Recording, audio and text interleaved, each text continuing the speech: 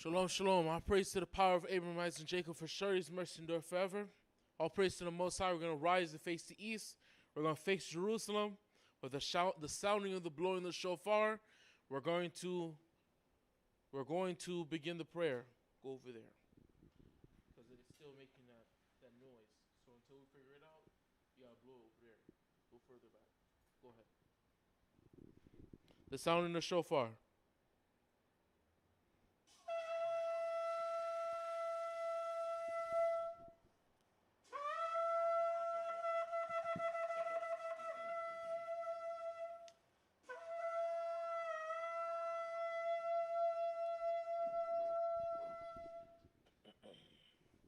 The blessing of Shabbat, repeat the Hebrew only. Blessed be Yahweh in the name anointed Yahushai. Blessed be Yahweh in the name anointed Yahushai that give us the Shabbat and peace.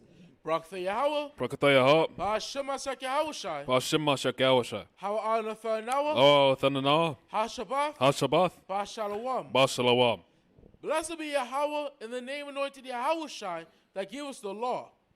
Barakatha Yahweh. Barakatha Yahweh. Ba'ashem Mashiach Yahushai. Ba'ashem HaMashiach Yahushai. Ha'ana Thanawa. Oh, Thanana. Ha'Thorah. Ha'Thorah. Blessed be Yahweh in the name anointed Yahushai that give us the Thorah. Salakia.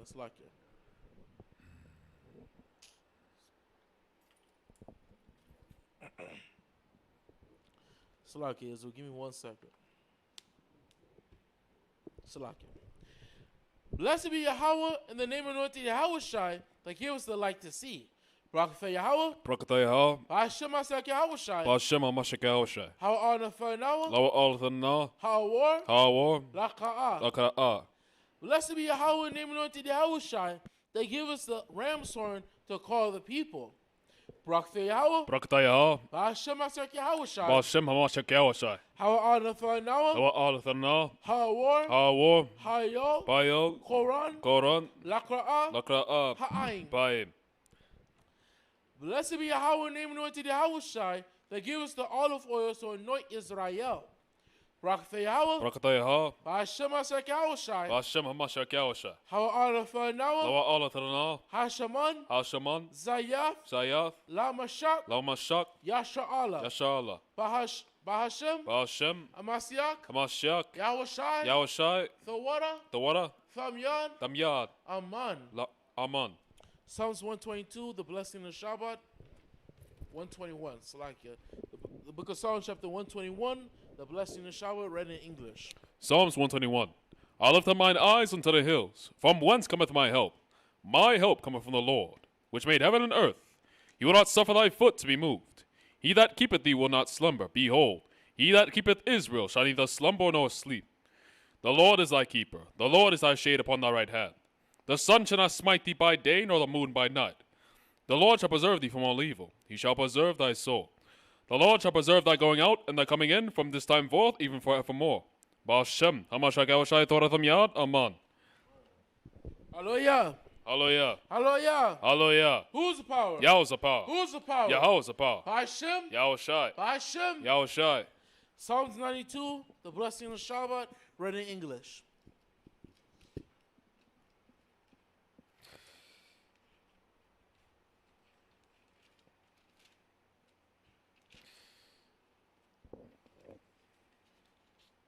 Psalms 92. It is a good thing to give thanks unto the Lord, and to sing praises unto thy name, O Most High, to shew forth thy loving kindness in the morning and thy faithfulness every night, upon an instrument of 10 strings, and upon the psaltery, upon the harp with a solemn sound. For thou, Lord, hast made me glad through thy work. I will triumph in the works of thine hands.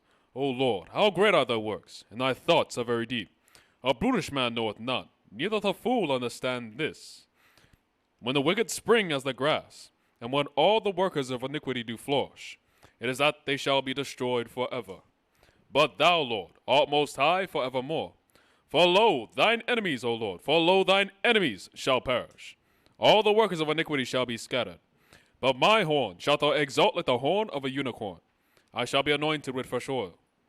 Mine eye also shall see my desire on mine enemies, and mine ears shall hear my desire of the wicked that rise up against me. The righteous shall flourish like the palm tree. He shall grow like a cedar in Lebanon. Those that are planted in the house of the Lord shall flourish in the courts of our power. They shall still bring forth fruit in old age. They shall be fat and flourishing. The truth of the Lord is upright. He is my rock, and there is no unrighteousness in him. Ba'ashem, Hamashiach Yahushai, Toratham Yad, Aman. Aman.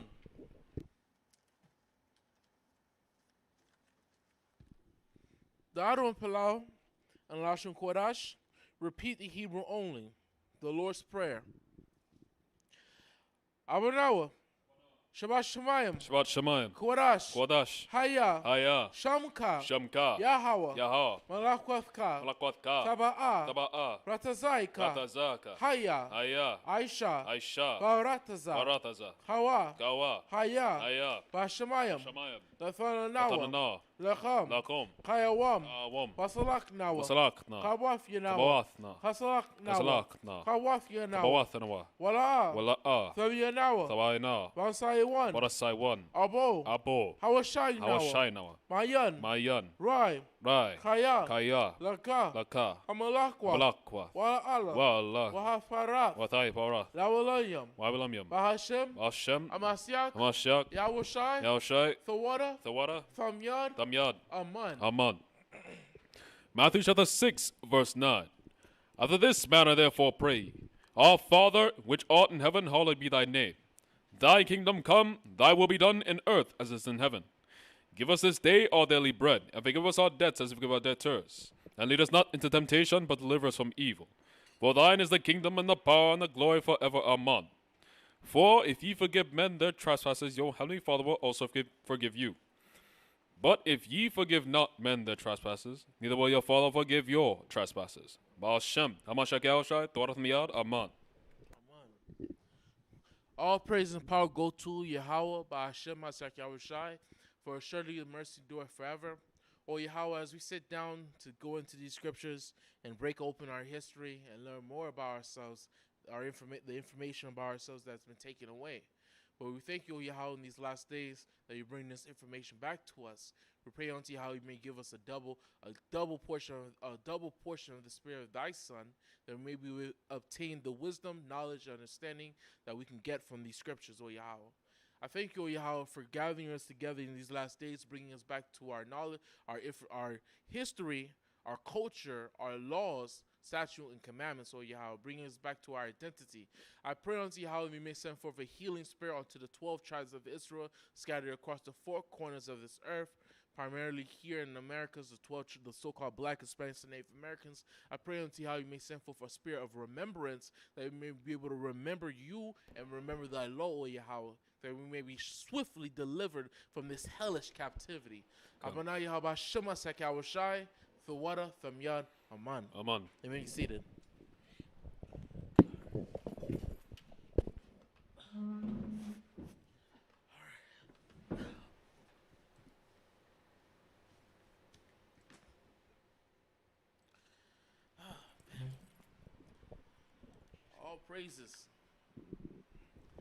All praises to the power of Abraham, Isaac, and Jacob, for surely his mercy endureth forever.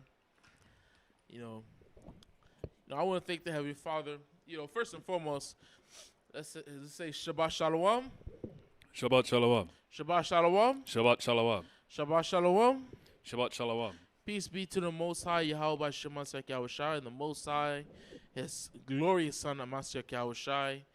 Peace be to the 12 tribes of Israel, to every so-called Israelite, for every Israelite across the 4 corners of this earth, and all the so-called Black, Hispanics, and Native Americans that's living here in America. I thank you, Yahweh, for bringing us back to our knowledge, and more importantly, back to our information and how to escape out of these bywords and terminology that's given to us by our oppressors. Right? Let's start off with Colossians chapter 3, verse 17. As he getting Colossians chapter 3, verse 17, I want to give a powerful hand to the Most High, because today marks officially 1 whole year that the Most High has blessed me to take over the history class from our beloved and powerful Bishop Lapal. I thank the Most High for that. It's been a powerful, powerful year, and I want to do even furthermore. As you know, more time passed by, we go into more history, more things about the tribes, more history about our people and their places of their captivities. You know, such places when we were being brought to Madagascar, places when we was in Ireland, Scotland, Wales, England, when we was living here in the Americas. I want to go into all that history, and I thank the Father that it's been officially 1 whole year that I've taken up this mantle from our powerful Bishop Lapel from the powerful tribe, the champion tribe of Benjamin. Let's clap it up for the powerful tribe of Benjamin. You know, because this is the beauty about coming to a school. You know, you come to a school, you know, you're provided information that you never knew before at all, especially from a book that's in front of your face your whole life and you never cared about, never picked up to actually read and study until you come to a school. And you see men who's been doing this work, learning about this Bible, studying it day and night for years, and passing that information on to you, so that not just so you can sit down in their school and do what? Feed them, serve them, give them all your money. No, Yahushua said he didn't send us to be a lord over the flock, but a shepherd. All right? They're raising up young men so that they can replace them, right? Because none of us are going to be here forever. You know, we live our lives on this earth, then what's going to happen after that? We're going to go back to the Father. But we have to have men that we're raising up. And I thank the Father for bringing me here to the LOZ Zion, because surely the elders here at the LOZ Zion, these powerful elders, raised me up. And I thank the Most High that it's been officially 1 year of doing this history class, you know. So go ahead and read Colossians chapter 3, verse 17. Colossians chapter 3, verse 17. And whatsoever ye do in word or deed, do all in the name of Mashiach Yahushua, giving thanks to power and the Abba by him. So whatever we do, we have to give all praise to the power. We have to give all praise to the power Yahweh through his powerful Son, Mashiach Yahushua. Right? So now let's go into the history. I'm not going to talk too much about myself. We're going to go into this history. We're going to go into 1 Samuel, because today we're going to end the powerful book of 1 Samuel, and we will be entering 2 Samuel next week. So we left off at 1 Samuel chapter 28, verse 1. When we were reading chapter 27, you know what? We'll do a small review as we continue. We go further. Go ahead. Oh, don't forget to put the YouTube up here too.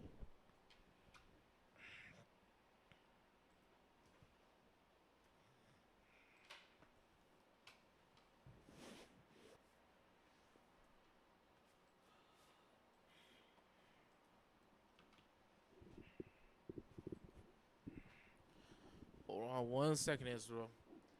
You know, while you're waiting for us, you know, take the time and put a like on the video. You know, that would be powerful. That would be big of you in the spirit to put a like on the video. It would make it easier for brothers and sisters to find the video on the algorithm. Algorithm. Right? Go ahead. You got the video? You got it up there? All praise to the Most High. Let's go ahead. Algorithm. 1 Samuel chapter 28, verse 1. 1 Samuel chapter 28, verse 1. Uh-huh. And it came to pass in those days that the Philistines gathered their armies together for warfare, to fight with Israel. And Achish said unto David. Achish said to who? And Achish said unto David. So Achish is a Hamite. Not only is he a Hamite, but he's a Philistine, which are Egyptians, right? So right now, David is currently living in the coast of the Philistines because he had to flee from who? King Saul, right? Let's take a small step and go back to 1 Samuel chapter 27, verse 1. Read chapter 27, verse 1, and let's see why David is at Achish. Why is David right now living amongst the coast of the Philistines? Go ahead. 27, verse 1. Uh-huh. And David said in his heart, I shall now perish one day by the hand of Saul. What did he say? I shall now perish one day by the hand of Saul. So all this time he left Saul's household, he's just been moving to places and places and places in Israel. It's like if I'm running away from Biden, if me, Captain Montezak, is running away from Biden, I'm going to be what? First thing I'm going to do, I'm going to leave Florida. He's going to expect me to be in Florida. I'm going to leave Florida and go to Georgia. Then he's going to chase me down there in Georgia. I'm going to leave Georgia, then go to Detroit. He's just going to chase me to Detroit.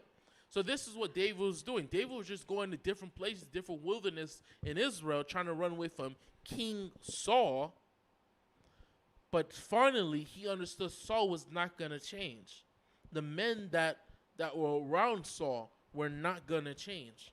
They were going to constantly keep following David, following his men until they caught up with him one day. Right? So David came up with the thought, I have to leave. He left the country Israel, and then he went to a foreign country, not just any foreign country, but a foreign country that's against Israel. Why? Because King Saul wouldn't have any jurisdiction to go over there, or any say to say, I want that man, give me that man, or we're gonna have problems. You already have problems with him. What are you gonna have? What are you gonna give to offer up to the Philistines for David? Nothing, because they don't want you there, and they're trying to kill you. So they don't care about what you can give them for this man, right? So let's go back to 1 Samuel chapter 28, verse 1. And it came to pass in those days that the Philistines gathered their armies together for warfare, to fight with Israel. Mm-hmm. And Achish said unto David, Know thou assuredly that thou shalt go out with me to battle, thou and thy men. Uh-huh. And David said to Achish, Surely thou shalt know what thy servant can do. So while David was in the coast of the Philistines for maybe a couple of years, maybe 2 or 3 years at most, he was there playing the role of somewhat of a mercenary for Achish, which is a Philistine lord. He's playing the role as a mercenary for him. He never fully adapted. He never fully got assimilated into Achish's army or any level of his military, but he played the role as a mercenary for hire for Achish. Let's read 1 Samuel chapter 27, verse 7. Verse 7. And the time that David dwelt in the country of the Philistines was a full year and 4 months. Right, full year and 4 months, right? Come on. And David and his men went up and invaded the Gershites, and the Gerizzites, and Amalekites. For those nations were of old the inhabitants of the land, as thou goest to Shur, even unto the land of Egypt. Right, so these are the places that David was going against. He was playing the role of a mercenary. Yeah, I mean, little did you know, when you keep reading, Achish he's pleased that David is going to war with these nations, but he doesn't know that David's not doing this for Achish. David still has alliance toward Israel. He's just living outside. He's just trying to get favor from Achish, so he doesn't have to flee from Achish and have to go back to Israel and have to deal with Saul. All right, keep going.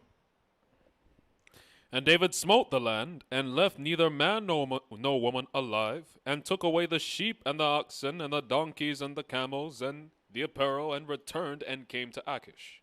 You pause on that. And the reason why David was able to do all this is because David wasn't alone. When he left Israel, he left 600 deep, right? 1 Samuel 27, verse 2.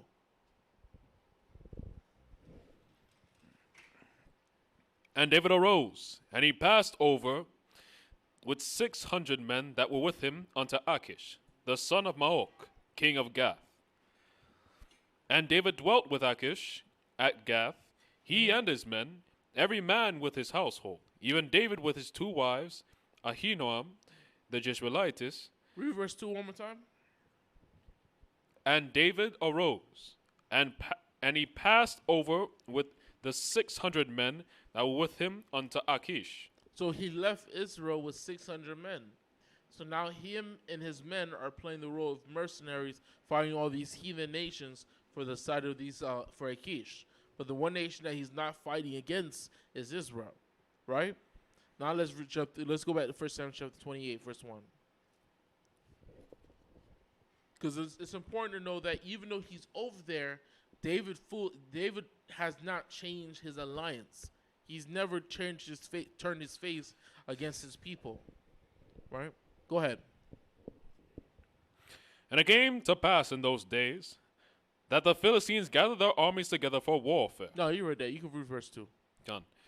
And David said to Achish, Surely thou shalt know what thy servant can do. And Achish said to David, Therefore I will make thee keeper of mine head forever. So if he's going to become keeper of his head, he's going to become head of his guard, his personal guard, his royal guard. Right? We're going to see David do that for someone else later on in the scriptures. But read on. Now Samuel was dead, and all Israel had lamented him, and buried him in Ramah, even in his own city. And Saul had put away those that had familiar spirits. Who did that? And Saul had put away those that had familiar spirits. The same guy who said he killed all the Amalekites? Who said that? Who did that? And Saul had put away those that had familiar spirits. And Saul had put away those that had familiar spirits and the wizards out of the land, right? So when we go into the land, we shouldn't see no more people with familiar spirits or wizards. Khan, Officer Banakan? Khan. Khan. But this is the same guy who was sent to go kill the Amalekites, a race, I can't even call them what they are, right? What would be a good name for I can call them today? The same Amalekites, the Most High God said he wanted to erase off this earth. He sent Saul to go do that, and guess what he did? He fell at it. Because later on in the scriptures, we saw David fighting against who? What nation of people David was fighting against? Amalekites? Amalekites. But I thought those Amalekites were destroyed by Saul. And he only left the king, King Agag. When we go further in the scriptures, when you go to the book of Esther, there's a man named Haman the Agagite. When you go into his history, you find out that he descends from King Agag. So it says right here again, verse 3, read one more time. Now Samuel was dead, and all Israel had lamented him, and buried him in Ramah, even in his own city. And Saul had put away those that had familiar spirits, and the wizards out of the land. This is important. This is a small importance. It's a small detail, but it's important to understand that we have a saying in Israel: "It's a man may be known by the fruits of his works," right? Like we can look at what this man does, what he has done, and we can understand what is he capable of doing, and what is he not capable of doing.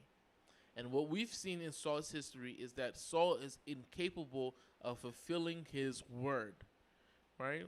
The Lord sent him out to kill them Amalekites. He didn't kill them Amalekites, right? He loved white people. That's why he said he let them live, right?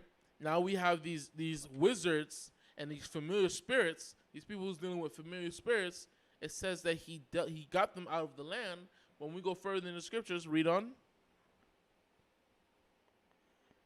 And the Philistines gathered themselves together and came and pitched in Shunem. And Saul gathered Israel together, and they pitched in Gilboa. And when Saul saw the host of the Philistines, he was afraid, and his heart greatly trembled. And when Saul inquired of the Lord answered him not, neither by dreams, nor by Urim, nor by prophets. His heart was what? Greatly trembled. His heart was greatly trembled. Right? Read on. Then said Saul unto his servants, Seek me a woman that hath a familiar spirit, that I may go to her, and inquire of her. And his servants said to him, Behold, there is a woman that hath a familiar spirit at Endor. Now hold on. I thought it said that he got rid of the wizards. I thought he got rid of the wizards and those who dealt with familiar spirits out of the land. Why is he now, if he did that, he accomplished that. Why is he out of his mouth now saying, go seek me out one who has a familiar spirit? I thought you got rid of them. how do you know they're still there? And how do you know where to send your servants to go find them? This is what happens, right? When the Most High chose us king, he gave us David. But when we turned our face to the Most High and chose a king, guess what we got? We got this guy. This is how important it is to be obedient and keep the Most High's commandments. Stay on his good side, right? We can't allow ourselves to be falling into temptation, falling into sin, and then we end up being led by excuse my language, we led by a nigga like this. Right? This man said he got rid of the wizards and the people dealing with familiar spirits, and then we see him asking for a person or a wizard or a person dealing with familiar spirits. Right? Read on. And Saul disguised himself and put on another raiment, and he went, and 2 men with him. Oh, Salakia. What verse you at? 8. Oh, verse 8. Read verse 7 one more time. And Saul said unto his servants, Seek me a woman that hath a familiar spirit, that I may go to her, and inquire of her. And his servants said to him, Behold, there is a woman that hath a familiar spirit at Endor. At where? At Endor. At Endor. She has a familiar spirit at Endor. Now we're going to find out where Endor is in Israel. Right? Let's get Joshua. Let's get Joshua chapter 17 verse 11. Joshua chapter 17 verse 11. Let's find out what nation this woman is and where they're going. Just to prove that he didn't get rid of these wizards and people dealing with familiar spirits.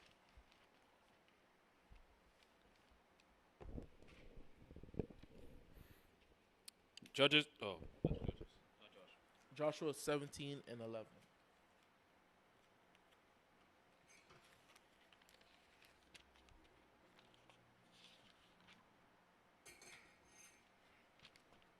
If you haven't yet, make sure to put a like on the video.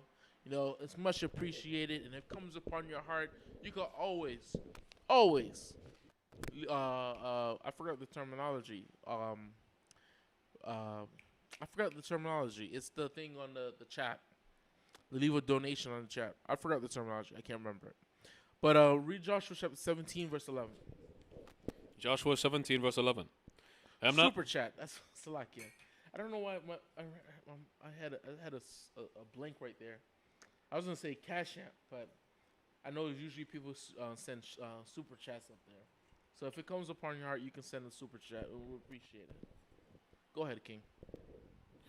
And Manasseh had, Joshua 17, verse 11. Mm-hmm. And Manasseh had in Issachar and in Asher Bethshean and her towns. And Wait, read it slowly. Read it one more time.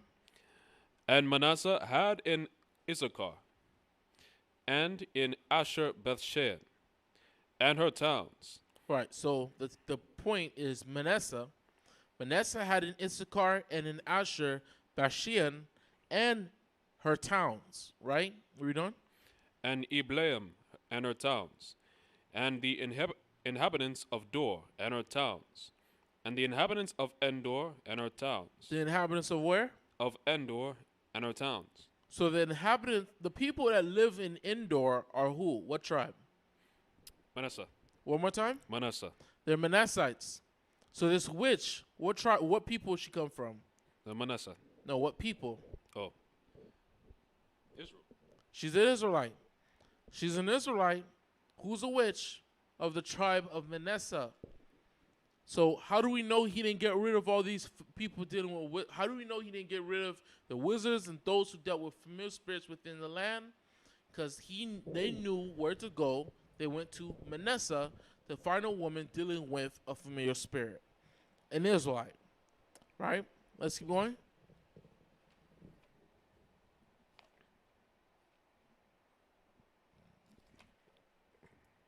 Going back.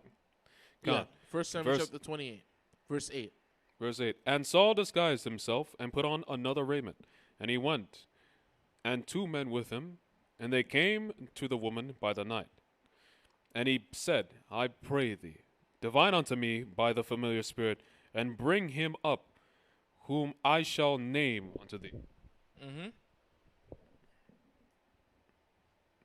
And the woman said unto him, Behold, thou knowest what Saul hath done, how he hath cut off those that have familiar spirits, and the wizards out of the land.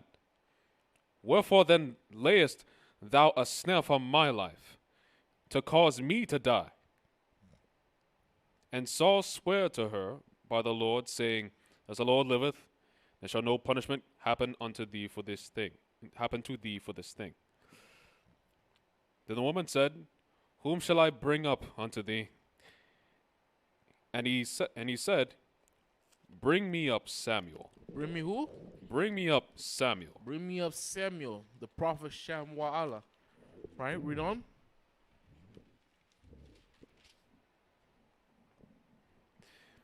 And when the woman saw Samuel, she cried with a loud voice. And the woman spake to Saul, saying, Why hast thou deceived me? For thou art Saul. Read that one more time. Why hast thou deceived me? For thou art Saul. And the king said unto her, Be not afraid, for what sawest thou? And the woman said unto Saul, I saw gods ascending out of the earth. What did she see? I saw gods ascending out of the earth. She said she saw gods descending out of the earth. And the king said unto her, Be not afraid, for what sawest thou? And the woman said unto Saul, I saw gods ascending out of the earth. Right? And it's very simple and it's very simplistic. It's not supernatural, Israel, on what this is and what they're talking about. Let's read Psalms 104, verse 29. And then get Ecclesiastes chapter 12, verse 7. It's very easy, Israel. Very simplistic. This is something we've been taught about, and we explain to you, Israelites, constantly over and over. The word God, right? The word God isn't just, it's not the God of the Bible's name. I mean, God is who he is. God is not his name. The term God just means power or authority. And the same word is applied to the children of Israel. It's applied to men, it's applied to angels, and it's applied to authority figures within our nation. Right? But in this specific context, what does God mean? Let's read Psalms 104, verse 29.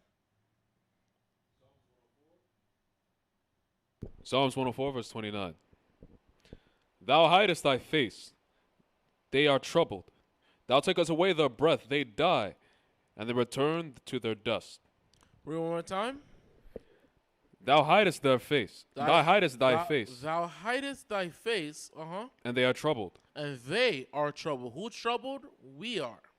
Read on.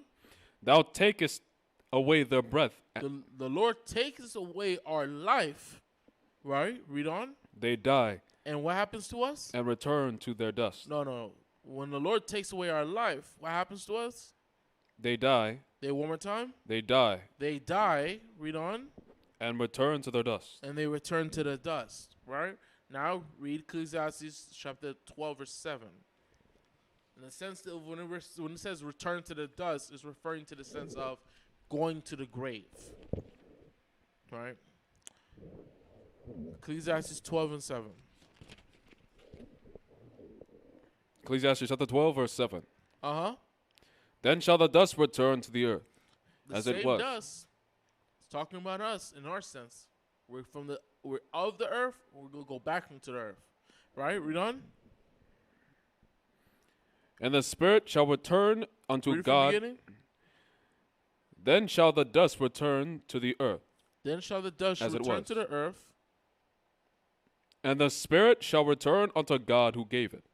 And the spirit shall return to God who gave it, which is referring to us. Our bodies go into the ground, but our spirit goes back to the Most High God. Now, let's read the book of Ecclesiastes chapter 7.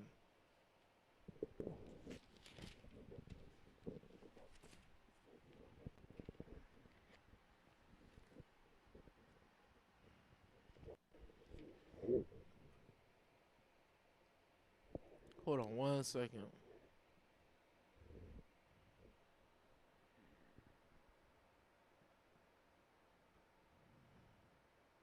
Where's this verse at? Oh, it's not 7. It's verse 3. So what is this wish? It's chapter 3. Ecclesiastes 3:19. So what is this wish seeing? This wish is seeing powers. And what these powers are, these are the spirits of the children of Israel going from our bodies going into the ground and our spirits going from the ground up to the Heavenly Father. Right? This is nothing no different from when Jacob had the dream when he saw the angels. He saw the ladder going up to the heavens, and he saw the angels going up and going down, up and down, up and down.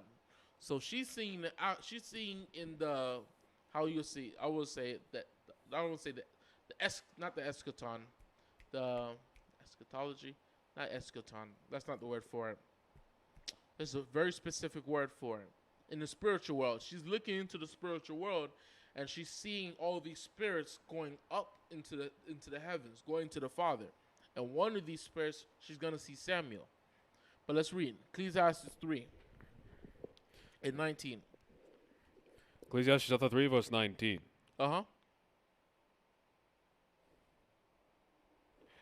For that which befalleth the sons of men befalleth beasts. Read it one more time. For that which befalleth the sons of men befalleth beasts. Even one thing befalleth them. As one dieth, so dieth the other. Yea, they all have one breath. So that a man hath no preeminence above a beast. For all is vanity. Read on. All go unto one place. All are of the dust. All are of the dust, and all turn to dust again. We all from that dust, and we're all going to go back to that dust. Go back to that grave. Go back to that death. Right? Go back. Read on. Who knoweth the spirit of man that goeth upward? The spirit of who? The spirit of man that goeth upward. The spirit of man that go upward. Read on. And the spirit of the beast that goeth downward to the earth. And the spirit of beast that goeth downward to the earth. So the spirit of man goes upward. She's seeing all these Israelite spirits going upward to the Heavenly Father in the fourth dimension, and she points out one of these spirits, and she begins to describe one of those spirits being Samuel. Now let's go back. 1 Samuel chapter 28.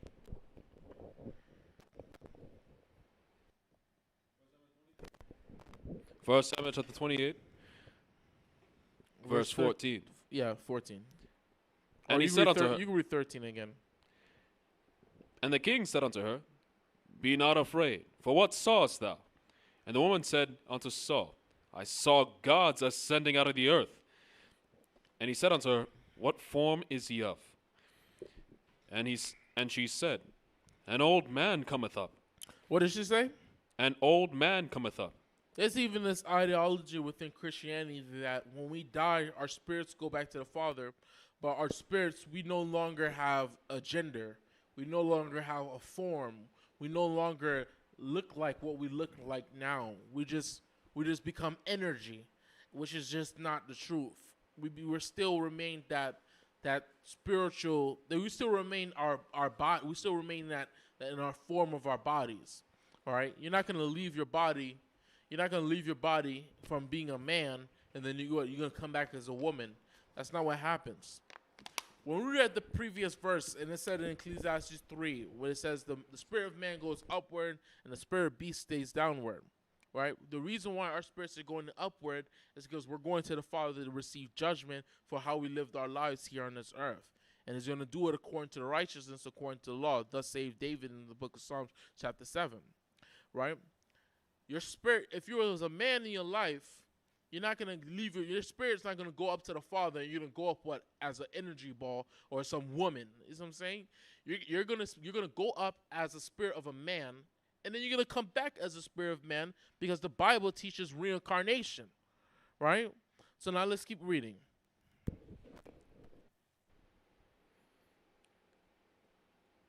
And he said unto her, What form is he of? And she said, An old man cometh up, and he is covered with a mantle. And he's clothed. He's not naked. right? A lot of these sick, disgusting Christians, paintings like Leonardo DiCaprio, Leonardo da Vinci. A lot of them paintings in the 16 chapels, you see them naked little babies because them Edomites are pedophiles. You see them little fat naked babies, and you see naked men and naked women all up in the heavens with God, right? Because these Edomites are homosexuals, and a lot of them are pedophiles, man. I mean, you don't want your children to be around these people. Read on. And Saul perceived that it was Samuel. All right, Samuel had clothes on. Read on. And he stooped with his face to the ground and bowed himself. And Samuel said to Saul, Why hast thou disquieted me to bring me up? I am sore distressed, for the Philistines make war against me, and God is departed from me, and answereth me no more, neither by prophets nor by dreams. Therefore I have called thee, that thou mayest make known unto me what I shall do. No, let's just stop right there and say, how does that make sense? Do the prophets have power? Huh? Do the prophets have power? Can they do what they want? Or do they get their power from the Most High God? How does that make any sense at all? The power source does not want to be in contact with you. How do you think the outlet, the plug, is going to want to deal with you? It makes no sense, right? The Most High is disconnected himself from you. Why would you think his servants, his prophets, who want to deal with you, right? Or can deal with you, or do anything for you if it's against the Most High God? How does that make sense, right? But this is like the furthest of how insane Saul has become, right? Read on. Samuel said, Wherefore then dost thou ask of me, seeing the Lord is departed from thee, and is become thine enemy? And the Lord hath done to him as he spake by me. For the Lord hath rent the kingdom out of thine hand, and given it to thy neighbor, even to David. That's right. Because thou obeyedest not the voice of the Lord, nor executest his fear wrath upon Amalek. Upon who? Upon Amalek. Right. Therefore the Lord hath done this thing unto thee this day. Moreover, Lord... The same, upon Amalek, the same people Kanye West was talking about, right? Read on. Moreover, the Lord will also deliver Israel into the hand of the Philistines, and tomorrow thou and thy sons be with me. And tomorrow shalt thou and thy sons be with me. What verse you at? 19. The Lord also delivered the host of Israel into the hand of the Philistines. Then Saul fell straightway. Read verse 19 one more time. Moreover, the Lord will also deliver Israel with thee into the hand of the Philistines. And read this part slow. And tomorrow, Closer. I think you got to put your mic closer. And tomorrow shalt thou and thy sons be with me. And tomorrow shalt thou and thy sons be with me. That's cold. That is cold, because you know what? Samuel's dead right now. And Samuel said, you and your sons are going to be here with me. That is terrifying. I don't know how I could sleep at night after someone told me that, knowing full well that person's dead. I will be terrified. And so should Saul. Right? Read on. Then Saul fell straightway all along on the earth, and was sore afraid because of the words of Samuel. And there was no strength in him, for he had eaten no bread all the day, nor all the night. For the woman came unto Saul, and saw that he was sore troubled, and said unto him, Behold, thy handmaid hath obeyed thy voice. I put my life in my hand, and have hearkened unto the voice which thou spakest unto me. Now therefore, I pray thee, hearken thou also unto the voice of thine handmaid, and let me set a morsel of bread before thee, and eat, that thou mayest have strength, when thou goest on thy way. But he refused and said, I will not eat. But his servants gathered together with the woman, compelled him, and he hearkened unto their voice. So he arose from the earth and sat upon the bed. And the woman had a fat calf in the house. And she hasted and killed it, and took flour and kneaded it, and did break unleavened bread thereof. And she brought it before Saul, and before his servants, and they did eat. Then they rose up and went away that night. Now the Philistines gathered together all their armies to Aphek, and the Israelites pitched by a fountain, which is in Jezreel. Chapter 29. Chapter 29. And the lords of the Philistines passed on by hundreds and by thousands, but David and his men passed on in the rearward with Achish. Then said the princes of the Philistines, what do these Hebrews here? And Achish said unto the prince of the Philistines, Is not this David, the servant of Saul, the king of Israel? Which hath been with me these days, or these years, and I have found no fault in him since he fell unto me unto this day. And the princes of the Philistines were wroth with him. And the princes of the Philistines said unto him, Make this fellow return. What did he say? Make this fellow return. And it makes sense why he's going to say this, right? Keep on reading. We're going to find out what he's going to say. That he may go again to his place which thou hast appointed him, and let him not go down with us to battle, lest in the battle he be an adversary to us. For wherewith shall he reconcile himself unto his master?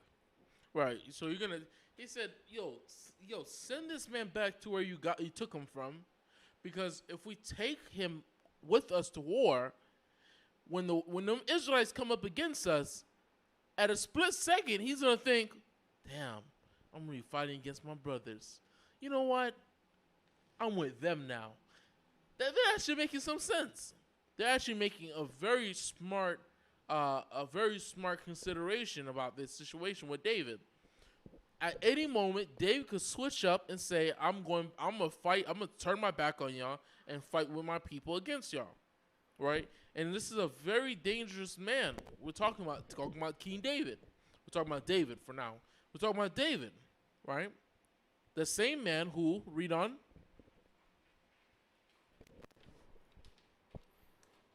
Should it not be with the heads of these men? Is not this David, whom they sang one to another in dances, saying, Saul slew his thousands, and David his 10,000s. 10,000s? That's something terrifying to hear. Read on. Then Achish called David and said unto him, Surely, as the Lord liveth, thou hast been upright, and thy going out and thy coming in with me in the host is good in my sight. For I have not found evil in thee since the day of thy coming unto me unto this day. Nevertheless, the Lord favor thee not. The Lord's favor thee not.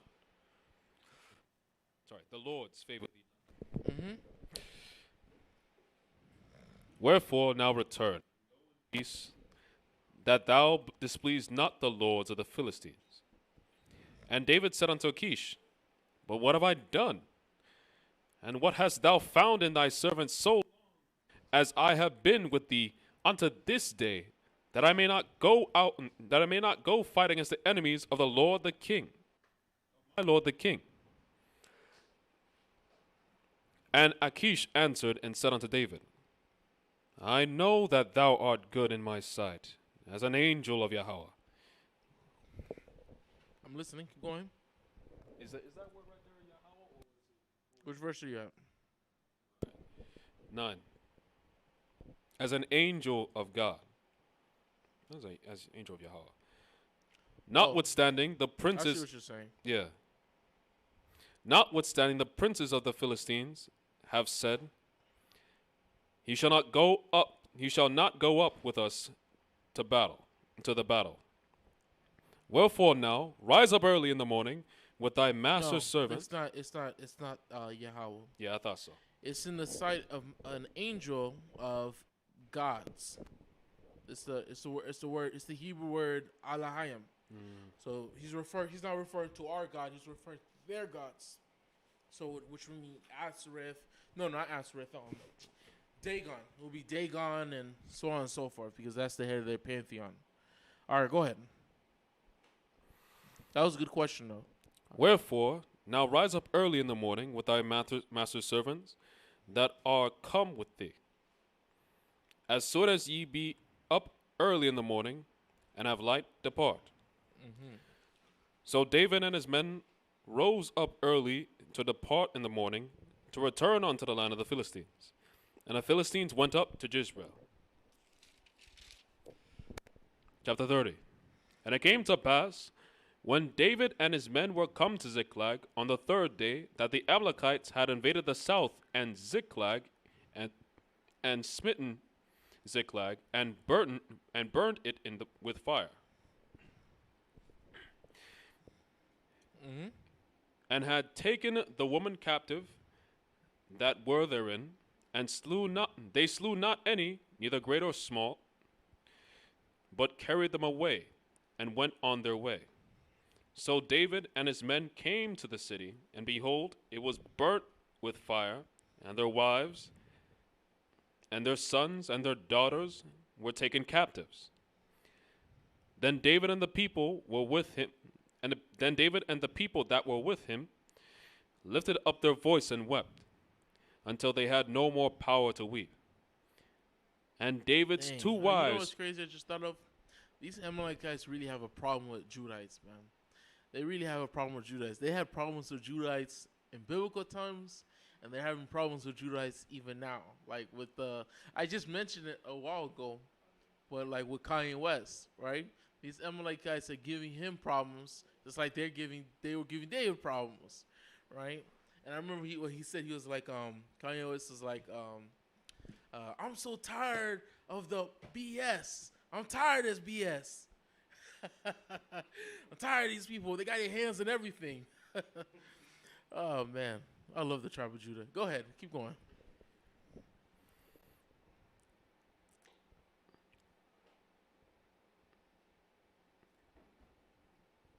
And David's two wives were taken captives, Ahinoam the Jezreelitess, and Abigail the wife of Nabal the Carmelite. And David was greatly distressed, for the people spake of stoning him, because the soul of all the people was grieved, every man for his sons and for his daughters. But David encouraged himself in the Lord his God.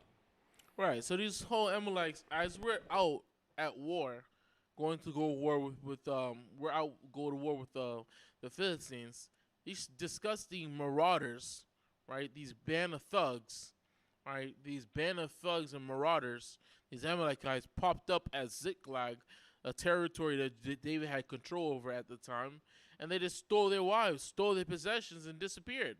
Right? They didn't go to war with anybody. They didn't fight no one. They didn't want the fade, no smoke, but they stole everything. Like they steal everything now. Right? Read on.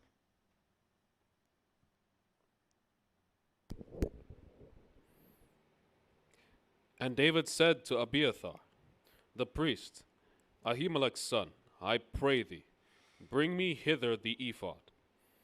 And Abiathar brought thither the ephod to David. And David inquired at the Lord, saying, Shall I pursue after this troop? Shall I overtake them? And he answered him, Pursue, for thou shalt surely overtake them, and without fail recover all. And David went, and the 600 men that were with him, and came to the brook Besor, where those that were left behind stayed. But David pursued, he and 400 men, for 200 abode behind, which were so faint that they could not go over the brook Besor. Right. Mm-hmm. And they found an Egyptian in the field and brought him to David. So he leaves 200 behind and he takes 400 with him. Right? Read on. And gave him bread, and he did eat. And they made him drink water. And they gave him piece of the cake of figs. And they gave him a piece of a cake of figs and 2 clusters of raisins. And when he had eaten, his spirit came again to him, for he had eaten no bread, nor drunk any water 3 days and 3 nights. Right. This is a beautiful example of mercy, right? Because like Yahushua said, blessed are the merciful, for they shall receive mercy. First and foremost, mercy, love, all these things should first and foremost go to your own people, go to yourself, go to your own people, your family, so on and so forth. But this is a good example how our people weren't bloodthirsty, piles of garbage. You know what I mean? If we saw someone lying down, we was willing to help that person. But as we are now, we have to deal with the chain of prophecy. Where we are right now, we have to put more fixation toward ourselves and less focus on the heathens, because we spend our whole lives having all our attention on them. So many generations we've been caring about what they think about us and what they think where we are. Are we equal? Are we below? Are we above? We're at that point where we have to entirely cancel them like they've been canceling us and put the focus on our people, right? But when we get to the kingdom, after the 1,000 years of captivity for these people, and they're sent back to establish their own domains and be tributary to these people, be tributary to us, we're going to be able to deal with these people. We're going to be able to deal with these people, trade with these people, so on and so forth. But we have to understand that everything takes time. Everything takes time. And you know what? To be honest, I would love it more if, as we teach the Bible more out there in the streets, if we proclaim more of the whole picture of the prophecy, the whole picture of everything that's to come, not just what's going to happen immediately right after here, right? The whole picture, because the only nation of my memory, according to the scriptures, biblically, that's going to be erased off this earth is these so-called damn white people, right? But all these other heathens, they're going to still be here, right? But let's go 1 Samuel. Let's keep going. And David said unto him, To whom belongest thou, and whence art thou? And he said, I am a young man of Egypt, servant to an Amalekite. And my master left me, because 3 days agone I fell sick. We made an invasion upon the south of the Cherethites, upon the coast which belongeth to Judah, and upon the south of Caleb. And we burnt Ziklag with fire. And David said to him, Canst thou bring me down to this company? And he said, Swear unto me by God, that thou wilt neither kill me nor deliver me into the hands of my master, and I will bring thee down to this company.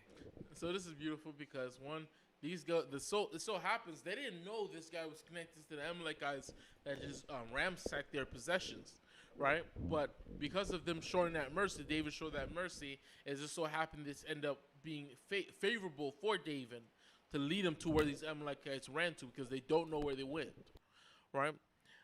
I do remember years ago when a brother was breaking this down. I remember it was so hilarious to me because I remember he was breaking down. He was like, well, you see, brother, look, you see, I hate the goddamn white man. I hate all these nations. But you see, you can have mercy on them. You don't have to be the nigga's friend. You don't have to go to the movies with the nigga. You don't have to hang with the nigga. But you can have a balance. I remember when he said that. That really held to me. I remember that stick to me. I remember it was fun. It was so hilarious. There was a powerful brother who said that to me one time. It was so hilarious. Keep going though. You don't have to be the nigga's friend. And when he And when he brought him down, behold, they were spread abroad upon all the earth, eating and drinking and dancing because of all the great spoil that they had taken out of the land of the Philistines and out of the land of Judah. And David smote them from the twilight even to the twilight, even to the even of the next day. And there escaped not a man of them, save 400 young men, which rode upon camels and fled. And David recovered all that the Amalekites had carried away, and David rescued his 2 wives. You said, do we believe in, what verse you at? What verse you at, Officer Monaco? 18. 18? Gone. Yeah, I'm going to let you get 25. Now I'm going to answer this question. Zawapi Alade? I'm sorry, Salakia, but I don't know how to pronounce that. So you're going to have to change that name. Go ahead. Zwampi Alade. Don't even try. Don't even attempt it. Don't even attempt it. You got to change that name. That's all. That's a command from Captain Manazak. That's it. Go ahead. And there was nothing lacking to them, nor small, neither sons nor daughters, neither spoil nor anything that they had taken to them. David recovered all.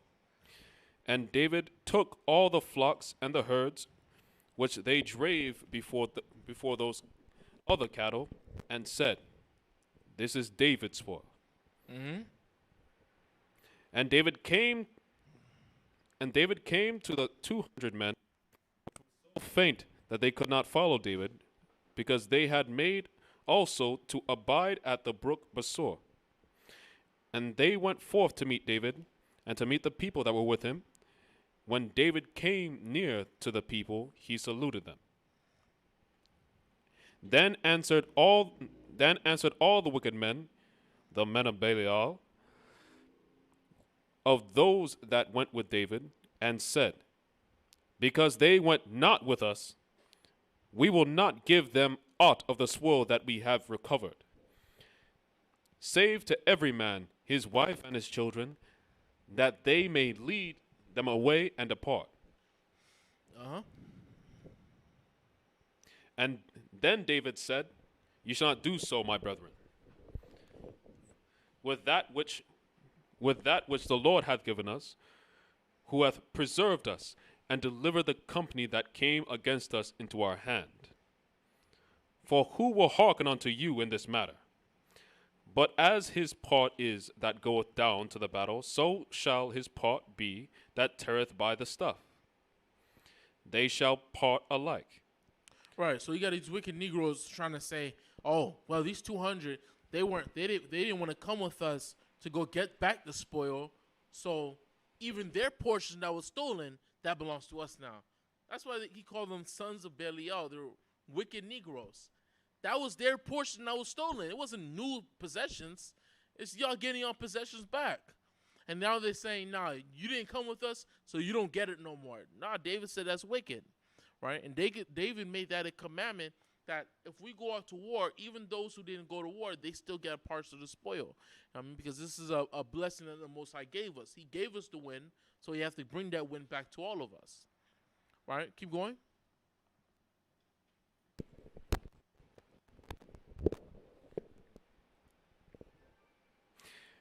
And it was so from that day forward that he made it a statute and an ordinance for Israel unto this day. Uh-huh. And when David came to Ziklag, he sent of the spoil unto the elders of Judah, even to his friends, saying, "Behold, the present for you of the spoils of the enemies of the Lord. To them which were in Bethel, and to them which were in South Ramoth, and to them which were in Jatir, and to them which were in Aror, and to them which were in Sipmoth, and to them which were in Eshtemoa, and to them which were in Rekah, and to them which were in the cities of the Jeremielites, and to them which were in the cities of the Kenites. and to them which were in Hormah, and to them which were in Korashan, and to them which were in Atak, and to them which were in Hebron, and to all the cities where David himself and his men were wont to hunt. Chapter 31. Read Ephesians chapter 1, verse 4 to 5.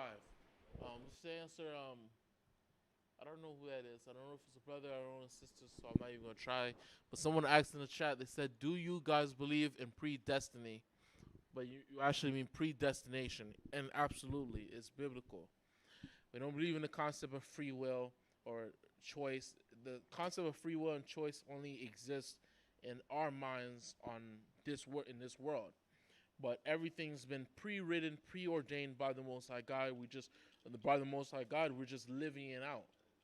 Esau didn't make a choice that made the Most High hate him. The Most High made the nigga like that and hated him. See what I'm saying? The Most High already created the man and hated him already. Right? We didn't make a choice that made us righteous, that made the Most High want to be our God and we His people. He already preordained that we'll be His people, a stiff-necked, a rebellious, hard-headed group of people that He will choose for His own. You know what I mean? Go ahead. Ephesians 1 and 4. Ephesians what? Ephesians 1 and 4.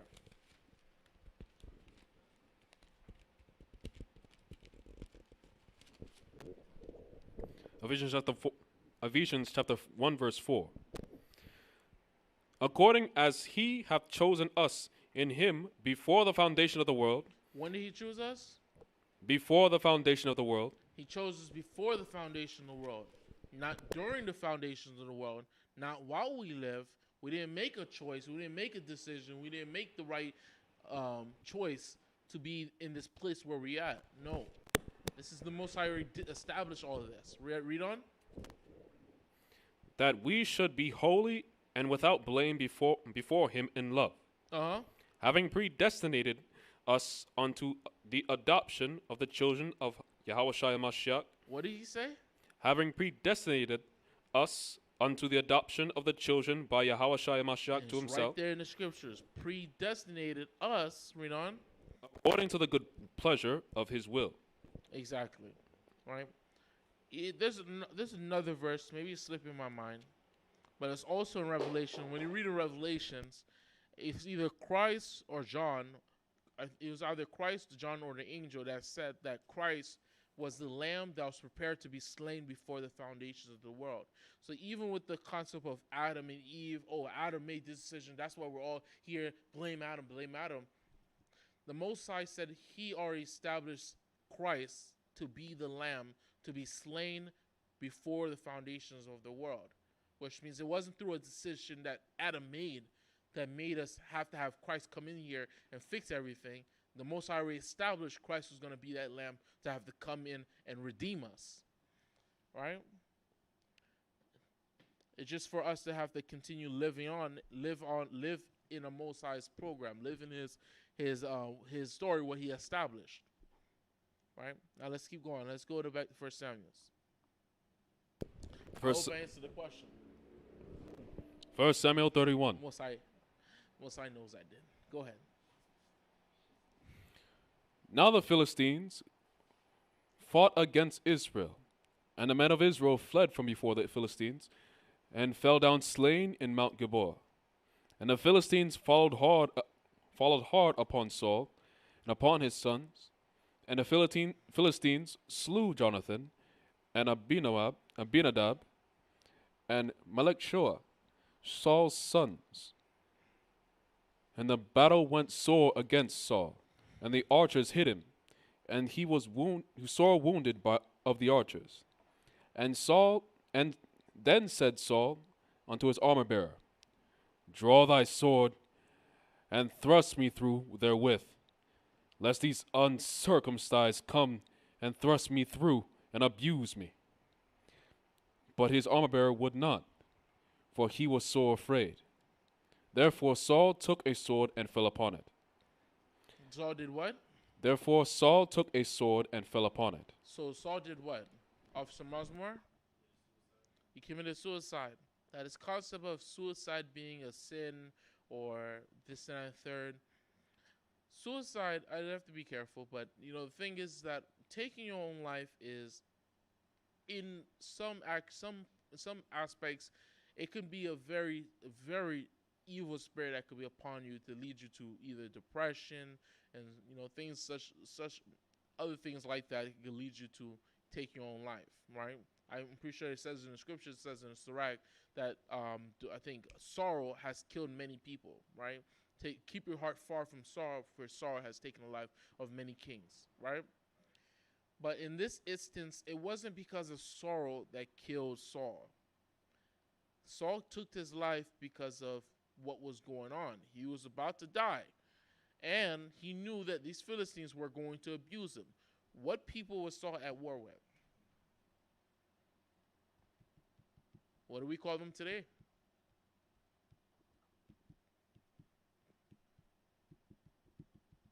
What was he at war? Who shot the arrow at him? What people?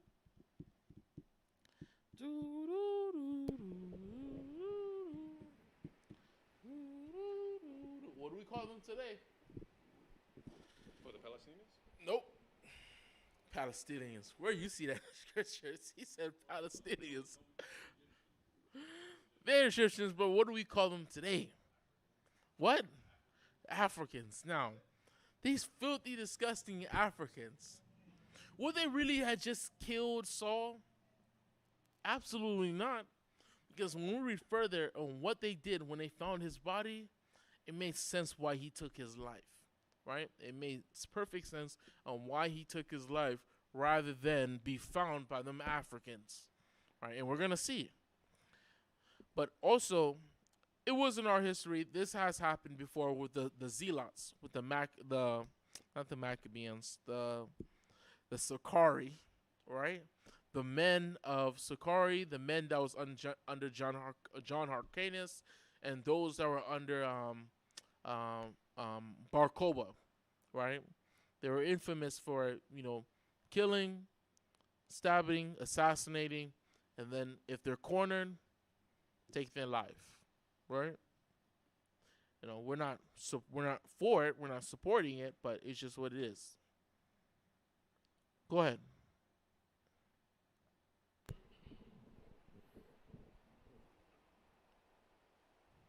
Wait, is there any questions on that?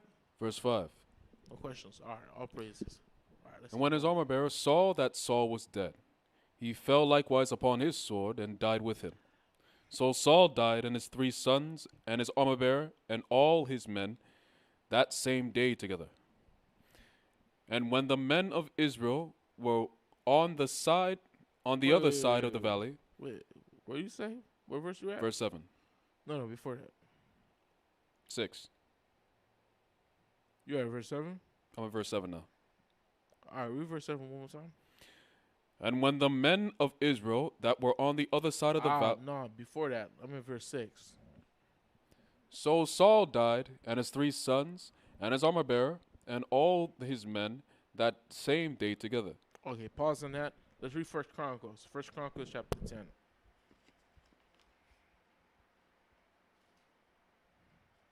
First Chronicles chapter 10, verse 13. Ooh.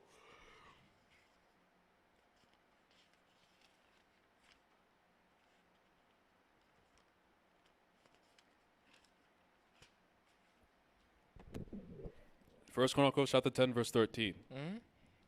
So Saul died for his transgression, which he committed against the Lord, even against the word of the Lord, which he kept not, and also for asking counsel of one that had a familiar spirit to inquire of it. Keep reading. And inquired not of the Lord, therefore he slew him, and turned the kingdom unto David, the son of Jesse. The son of Jesse. Now we can go. Now we can finish off 1 Samuel chapter 31. Okay.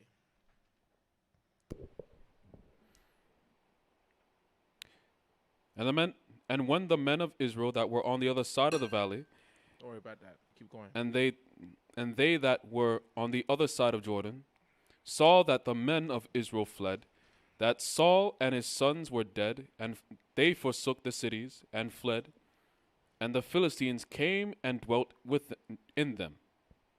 And it came to pass on the morrow, when the Philistines came to strip the slain, that they found Saul and his 3 sons fallen in Mount Gilboa.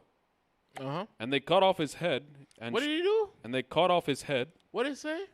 And they cut off his head and stripped. They found his body. He's dead. His children are dead. Let's pause. Since we have a lot of time. Pause. Back to 1 Samuel chapter 31, verse 4.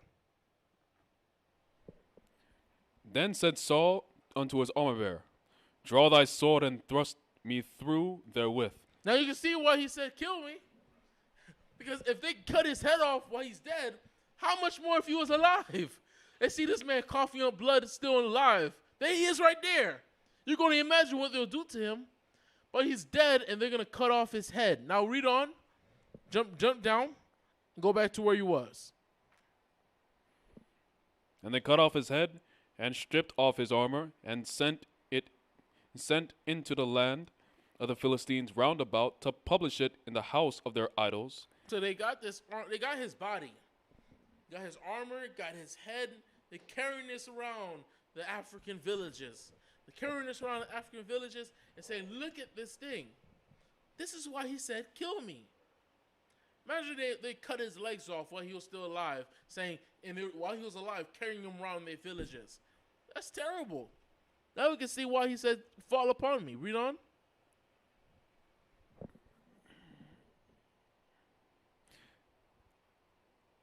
And they put his armor in the house of Ashtaroth, and they fastened his body to the wall of Beth-shan. Now, what does it mean that they fastened his body to the wall of Beth-shan? Officer Musmore? Think about it. What do you fasten to the wall? Huh?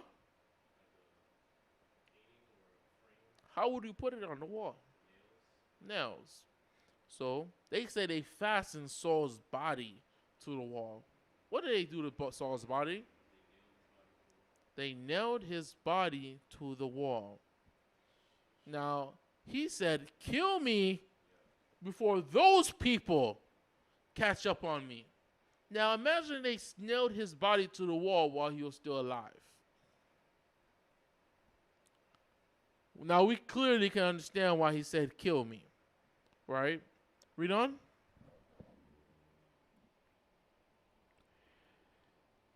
And when the inhabitants of Jabesh Gilead heard of that which the Philistine had done to Saul, all the valiant men arose, and went all night, and took the body of Saul and the bodies of his sons from the wall of Beth-shan, and came to Jabesh, and burnt them there. So they burnt the bodies, right? After they burnt the bodies, if they burn the body, what's going to be left over? The bones, right? Because in our history, bones are very, very important. They play a very important role in our history, right? Read on. And they took their bones and buried them under a tree at Jabesh, and fasted 7 days. And fasted 7 days. So I want to say, Ba'ashem, Amasiak Yahawashai, the one from Yadaman. Let's clap it up to the Most High. First Samuel was a very interesting book. You know, we see what happens when, we displease the Most High, and we're given a leader that's in form of our disobedience. We disobeyed him. We insulted him. We disrespected the Lord. Therefore, he gave us a king that was very much in that same fashion, right? Saul disrespected our customs. Saul disrespected the Lord. He disobeyed his commandments, right? But now we're going to go into the rulership of King David and see how it's supposed to be, how it's supposed to be reigned by a righteous man, right? And we'll be going to the history of King David next week in 2 Samuel chapter 2. 2 Samuel chapter 1. So let's rise and face the east with the blowing the shofar. Prayer scene.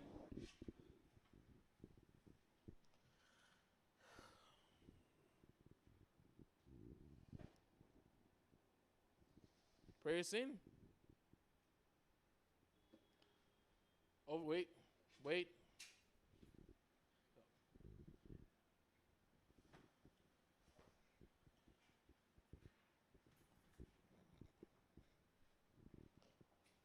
Go ahead.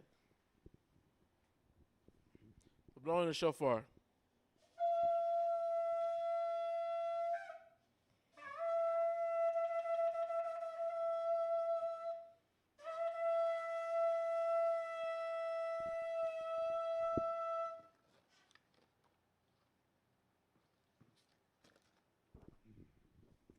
The book of Psalms, chapter 133, in the last one, Kodash, repeat the Hebrew.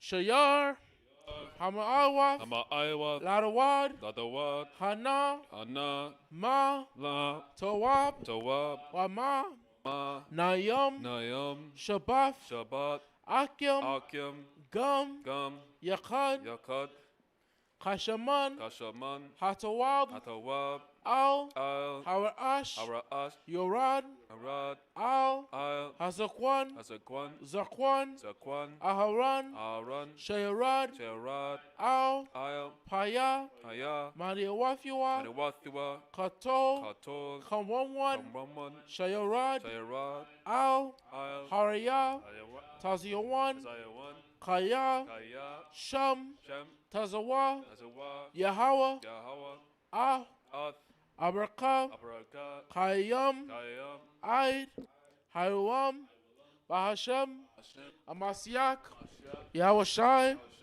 Thawada, Thamyad, Aman. Aman. Read English. Psalms 133. Behold, how good and how pleasant it is for brethren to dwell together in unity.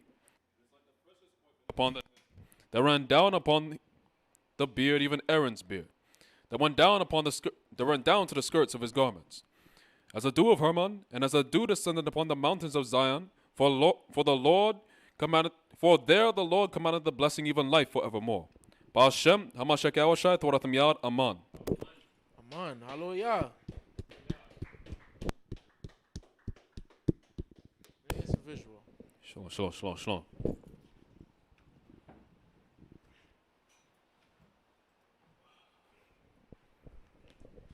So all praise to the Most High. All praise to the Most High. It was a powerful class. You know, another powerful class. There's always at 2957 Westboro Boulevard, the Light of Zion, one of the many homes of the truth. And we always begin the Friday class at 8 p.m. So I pray many brothers and sisters always will come by, come keep the Friday class with us. And, you know, it's easier for you to provide your questions. And for me to answer it when I'm dealing with you face to face. You know, I can deal with you over the chat, but you know, you have to post your questions. You know, you gotta post your questions. You gotta be interacting with me. So I want to say Shalom Israel. All praise to the Most High. I'm Captain Mazazak, and this is Osabanakan. Shalom. Shalom.